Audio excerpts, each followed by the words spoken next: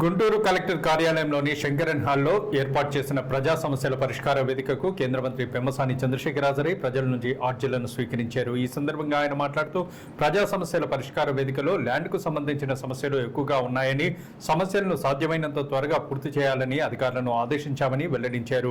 అధికారులకి కొంత సమయం కేటాయించాలి, అప్పుడే వారు ఆ సమస్యలను పూర్తి చేస్తారని వ్యాఖ్యానించిన ఆయన, ఇక్కడికి వచ్చే బాధితుల సమస్యలు చాలా కాలం నుంచి ఉన్న సమస్యలు, ఇవి ఎప్పటికీ క్లియర్ అయ్యే సమస్యలు కాదని వాటికి తగిన సమయం కేటాయించాలన్నారు. 3 నుంచి 4 నెలల్లోపు ఈ సమస్యలను పూర్తిగా పరిష్కారం చేస్తామని ఈ సందర్భంగా ఆయన హామీ ఇచ్చారు.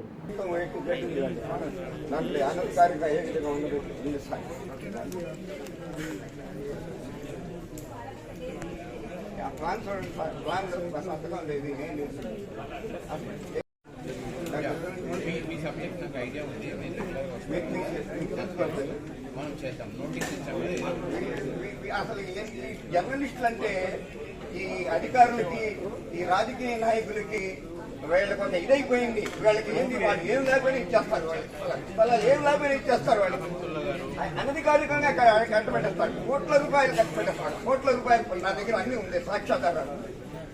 అవి షోయింగ్ యూ.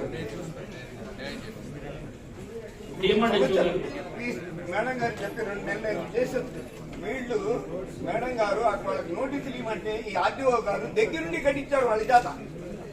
ఆర్టీఓ గారు మేడం గారు ఏం చేశారంటే న్యాయబద్ధంగా ముందర వాళ్ళకి నోటీసులు ఇచ్చి వాళ్ళ దగ్గర పట్టాలు తీసుకోమంటే ఆర్టీఓ గారు, ఎంఆర్ఓ గారు ఇద్దరు దగ్గరుండి కట్టుబడి కట్టించారు.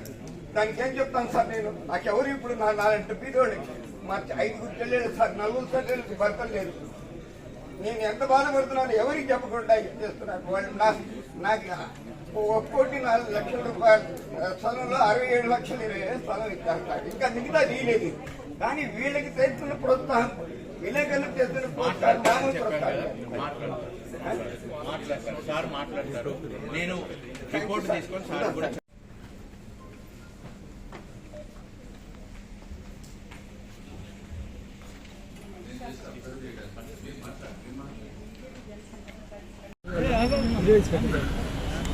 ఒకటి, ప్రతి సాటర్డే సండే మా ఆఫీస్కి వచ్చి ఇస్తూ ఉంటారు గ్రీవెన్సెస్ అన్ని.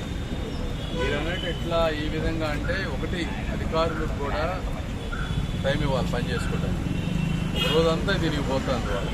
తర్వాత ఈ చుట్టుపక్కల అమరావతి క్యాపిటల్ తోటి కలెక్టర్ గారు కానీ, డిప్యూటీ కలెక్టర్ కానీ, పోలీస్ యంత్రాంగాన్ని, ప్రోటోకాల్ కానీ రకరకాలతో మళ్ళీ కొంత టైం పోతాను. మళ్ళీ ఇంకోటి పెట్టేసి ఈ టైం అంతా వేస్ట్ చేయకుండా సాధ్యమైనంత వరకు మన సమస్యలు తెలుసుకోవాలంటే చాలా మార్గాలు ఉన్నాయి.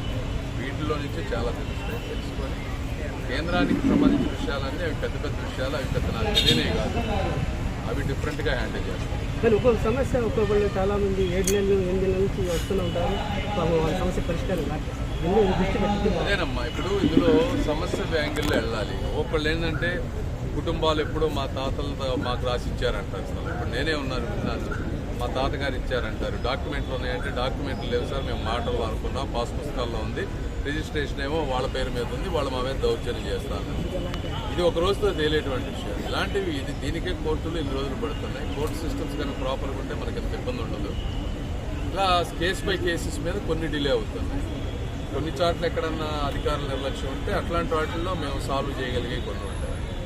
సో డెఫినెట్గా అలాంటి కొంతమంది పొలిటికల్ ఆక్యుపేషన్స్ ఉన్నాయి. అలాంటివి డెఫినెట్గా అందుకే వచ్చింది ఏంటంటే, మేము కూడా చూస్తే మాకు అర్థం అవుతుంది ఎంతవరకు ఇబ్బందులు ఉన్నాయనేది. సో ఇప్పుడు నాకు కూడా ఒక రకమైనటువంటి అవగాహన వచ్చింది. అంటే మా ఆఫీస్కి కూడా వస్తారు 100 మంది, బట్ ఇక్కడ కొంచెం డిఫరెంట్గా ఉంది. ఇక్కడ అన్ని రకాల సమస్యలు ఉన్నాయి. ఇవి కూడా ఎట్లా చేయాలనేది ఒక యాక్షన్ ప్లాన్ చేస్తాం.